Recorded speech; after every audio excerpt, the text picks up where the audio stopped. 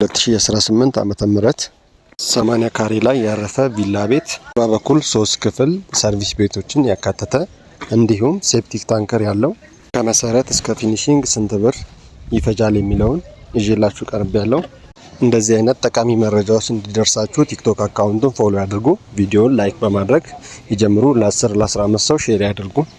ውድ ተመልካቾቼ እንግዲህ ይሄን ቤት ባንዴው ሰርቶ ማጠናቀቅ ለማይችል ሰውም የሆነ ፓርቱን ሰርቶ ማቆም ለሚፈልግ ሰውም እንዲመች አድርገን ዲቴይል መረጃውን ነው ያቀረብነው።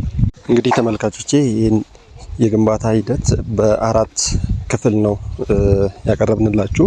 የመጀመሪያው ክፍል የቅድመ ዝግጅት ክፍል ሲሆን ስንት ብር ያስፈልጋል ለቅድመ ዝግጅት የሚለውን ይዘናል። ማለት አንዳንድ ስቶር ለማዘጋጀት እንዲሁም ደግሞ ለውሃ ማጠራቀሚያ አንዳንድ ነገሮችን ለማዘጋጀት እንዲሁም የዘበኛ ቤትን ለማዘጋጀት ስንት ብር ያስፈልገናል የሚለውን በቅድመ ዝግጅት ይዘነዋል። በመቀጠል ደግሞ በምዕራፍ 2 ያዝነው ከቅየሳ ጀምሮ ቁፋሮን አካቶ እስከ የወለል አርማታ እስከ መሙላት ድረስ ያለውን ነው ስንት ብር ያስፈልገዋል የሚለውን ይዘናል።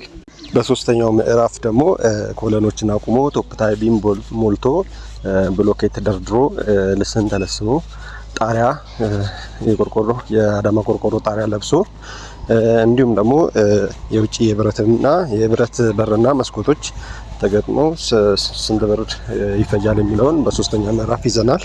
በአራተኛውና በመጨረሻው ምዕራፍ ደግሞ ሙሉ የፊኒሺንግ ስራዎችን አጠቃሎ ስንት ብር ይፈጃል ማለት የውስጥ በር ተገጥሞ የውሃ መስመሮች ተዘርግተው የኤሌክትሪክ መስመሮች ተዘርግተው እንዲሁም የባኞ ቤት ስራዎች አልቀው የሴራሚክ ተነጥፎ ኮርኒስ መብራት ተገጥሞ እንዲሁም የውሃ ማስወገጃዎች ሁሉ ነገሮች ተካተው ስንት ብር ያስፈልጋል የሚለውን ይዘናል።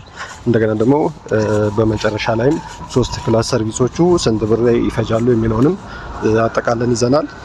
እንዲሁም ደግሞ ለዚህ ቤት የሚያስፈልገው ሴፕቲክ ታንከር ማለትም ኖርማል ከጀርባ በኩል የሚሰራ ሴፕቲክ ታንከርና መኪና ማስቆም የሚችል መኪና ላላቸው መኪና ማስቆም የሚችል ሴፕቲክ ታንከር ስለሚለያይ መኪና ማስቆም የሚችል ሴፕቲክ ታንከር ለመስራት ስንት ብር ያስወጣናል የሚለውን ሙሉ መረጃውን ይዘናል። እንግዲህ ይሄ ቪዲዮ ረዘም ያለ ቪዲዮ ነው። እስከ 23 ደቂቃ አካባቢ ነው። ሙሉውን እዚህ ላይ ትንሽ ለመጫን ስለሚያስቸግር ዩቲዩብ ቻናላችን ላይ ነው ያስቀመጥነው። ባዮ ላይ ባለው ዩቲዩብ ቻናል እየገባችሁ ሙሉ መረጃውን እዛ ላይ ቼክ ማድረግ ትችላላችሁ። አመሰግናለሁ።